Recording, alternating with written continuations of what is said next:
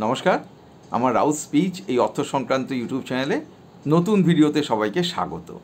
আমি সমীর কুমার রাউত, আমি একজন মিউচুয়াল ফান্ড ডিস্ট্রিবিউটর এবং x bank officer. Mutual fund মার্কেটে এখন নতুন একটি মিউচুয়াল ফান্ডের অপশন এসছে। একটি নতুন ফান্ড এখন বাজারে বিক্রি হচ্ছে, যার ন্যূনতম বিনিয়োগ হচ্ছে 10 লক্ষ টাকা। মিনিমাম 10 লক্ষ টাকা দিলেই আপনি এই ফান্ডে বিনিয়োগ করতে পারবেন। তার নাম হচ্ছে SIF, specialised investment fund. SIF সম্পূর্ণ নতুন কনসেপ্ট, সম্পূর্ণ নতুন ফান্ড। এই ফান্ডটির অনেকগুলো অ্যাডভান্স ফিচার্স রয়েছে এবং সম্পূর্ণ একটি নতুন অ্যাসেট ক্লাস।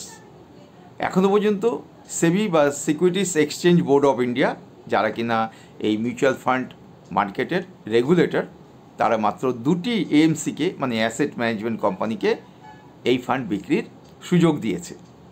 তা আমি আজকে বিস্তারিতভাবে SIF যার নতুন বাজারে এলো, যার মিনিমাম ইনভেস্টমেন্ট 10 লক্ষ টাকা, এই ব্যাপারে বিস্তারিত আলোচনা করব। আপনারা আমার এই ভিডিও কেউ মাঝখান থেকে স্কিপ করবেন না, অনুরোধ রইল।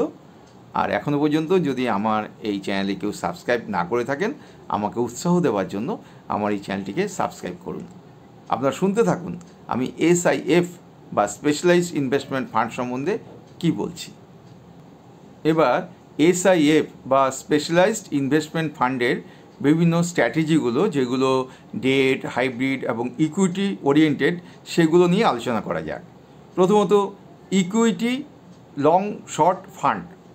এখানে কি বলা হয়েছে? এখানে বলা হয়েছে যে মিউচুয়াল ফান্ড কোম্পানিগুলো অন্তত 80% তারা ইকুইটিতে বা ইকুইটি রিলেটেড যে ইনস্ট্রুমেন্ট, তাতে তারা বিনিয়োগ করবে। দ্বিতীয়ত বলা হয়েছে যে ডেরিভেটিভ ব্যবহার করে অন্তত 25% শর্ট পজিশন তারা মেনটেন করবে। আরেকটি বলা হয়েছে যে ইনভেস্টররা তারা যদি ইচ্ছে করে যে আজকেই তারা রিডিম করবেন, সেরকম রোজ তারা এই রিডিম করার বা টাকা তুলে নেওয়ার যাতে সুযোগ পান।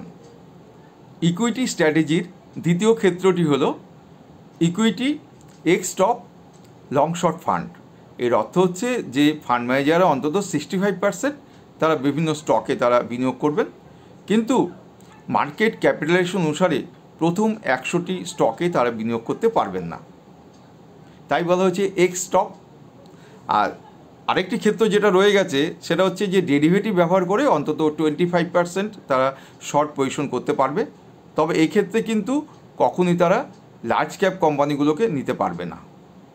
ঠিক আছে। আরেকটি বিষয় তো আগে যেটা বলেছি সেটা যে বিনিয়োগকারী যাতে যখন তখন টাকা তুলতে পারে, ডেলি তারা রিডিম করতে পারে, সেই সুবিধাটা কিন্তু AMCকে দিতে হবে।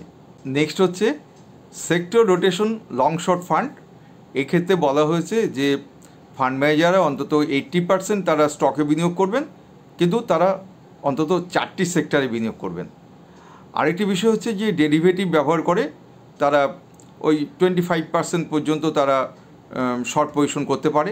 তবে যে সেক্টরে তারা শর্ট করবেন, শর্ট পজিশন নেবেন, সেখানে কিন্তু সমস্ত যে স্টকগুলো ওই সেক্টরে, তাতে কিন্তু তাদের শর্ট করতে হবে।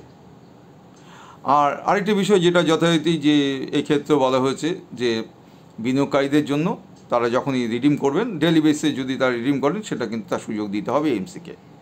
এছাড়া ডেট ওরিয়েন্টেড স্ট্র্যাটেজির মধ্যেও দেখা যাচ্ছে যে বিভিন্ন ডেট লং শর্ট ফান্ড তৈরি করা হয়েছে বিভিন্ন পিরিয়ডের জন্য।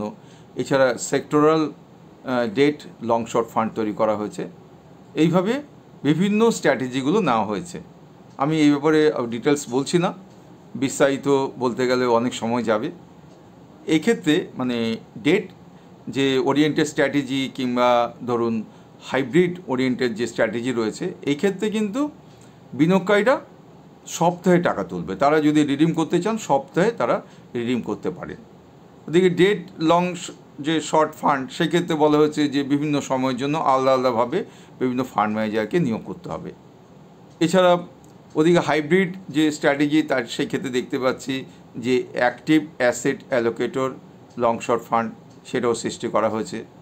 এরকমভাবে বিভিন্নভাবে বিভিন্ন ডেরিভেটিভসের মধ্যে ঢোকা হয়েছে, বিভিন্নভাবে এটাকে সাজানো হয়েছে। পুরোটাই হচ্ছে একটি টেকনিক্যাল ম্যাটার। এখনও পর্যন্ত যা জানা গেছে তাতে মাত্র 2টি অ্যাসেট ম্যানেজমেন্ট কোম্পানি তারা SIF বিক্রির সুযোগ পেয়েছে। এই দুটো কোম্পানির মধ্যে প্রথমটি হচ্ছে মিরে অ্যাসেট ইনভেস্টমেন্ট ম্যানেজার্স ইন্ডিয়া। তাদের যে ব্র্যান্ডটি হচ্ছে তার নাম হবে প্ল্যাটিনাম SIF। আরেকটি কোম্পানি হচ্ছে এডেলওয়েজ অ্যাসেট ম্যানেজমেন্ট কোম্পানি। তাদের যে ব্র্যান্ডটি হচ্ছে তার নাম হচ্ছে আলভিটা SIF। সব অ্যাসেট ম্যানেজমেন্ট কোম্পানি কিন্তু SIF বা স্পেশালাইজড ইনভেস্টমেন্ট ফান্ড বিক্রির সুযোগ পাবে না।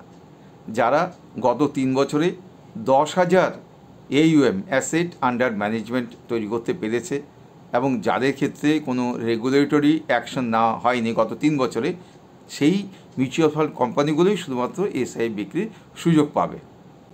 যে সকল মিউচুয়াল ফান্ড কোম্পানি SIF বা স্পেশালাইজড ইনভেস্টমেন্ট ফান্ড বিক্রি করার সুযোগ পাবে তাদের একজন চিফ ইনভেস্টমেন্ট অফিসার নিয়োগ করতে হবে, যার কিনা গত 10 বছরে অন্তত 5,000 AUM মানে অ্যাসেট আন্ডার ম্যানেজমেন্ট চালানোর ক্ষমতা আছে। এবং তার সাথে একজন এডিশনাল ফান্ড ম্যানেজার নিয়োগ করা যেতে পারে, যে অন্তত গত 3 বছরে 500 কোটি AUM মানে অ্যাসেট আন্ডার ম্যানেজমেন্ট চালিয়েছে। এরকম দুজনকে নিয়োগ করা যেতে পারে। এডিশনাল আরও কিছু ফান্ড ম্যানেজার অবশ্যই রাখা যেতে পারে, সেই সম্বন্ধে কিছু বলা হয়নি।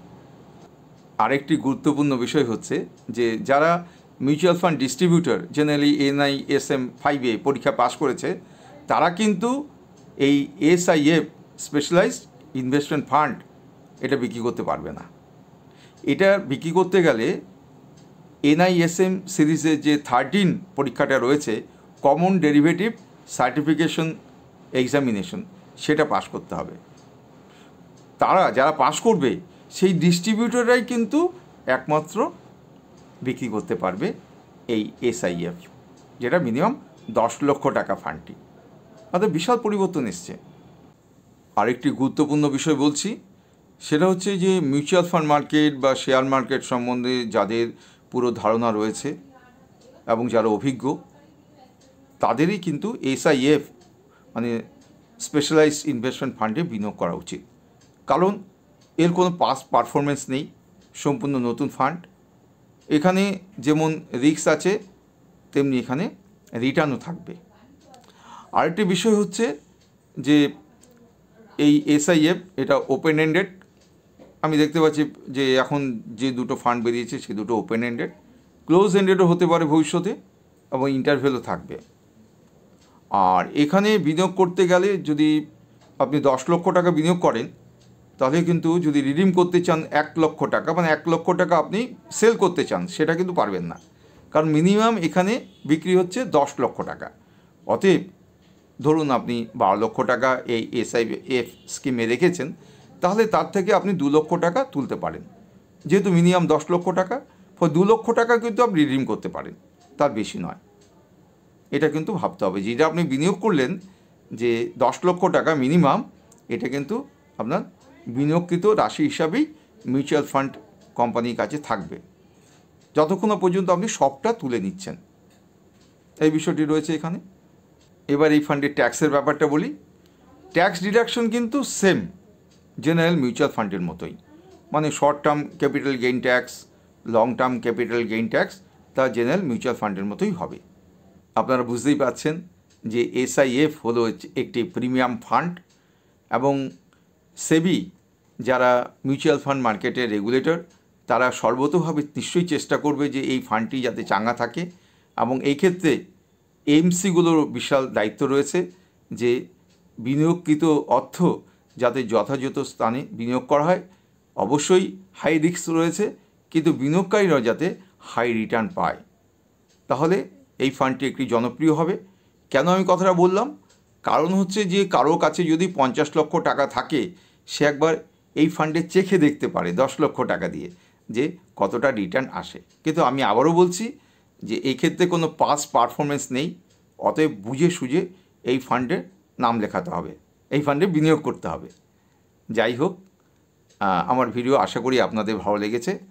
আমি এরকম আরও নিত্য নতুন ভিডিও নিয়ে আপনাদের কাছে উপস্থিত হব, অবশ্যই মিউচুয়াল ফান্ড এবং শেয়ার মার্কেট সংক্রান্ত। আপনারা ভালো থাকুন, সুস্থ থাকুন।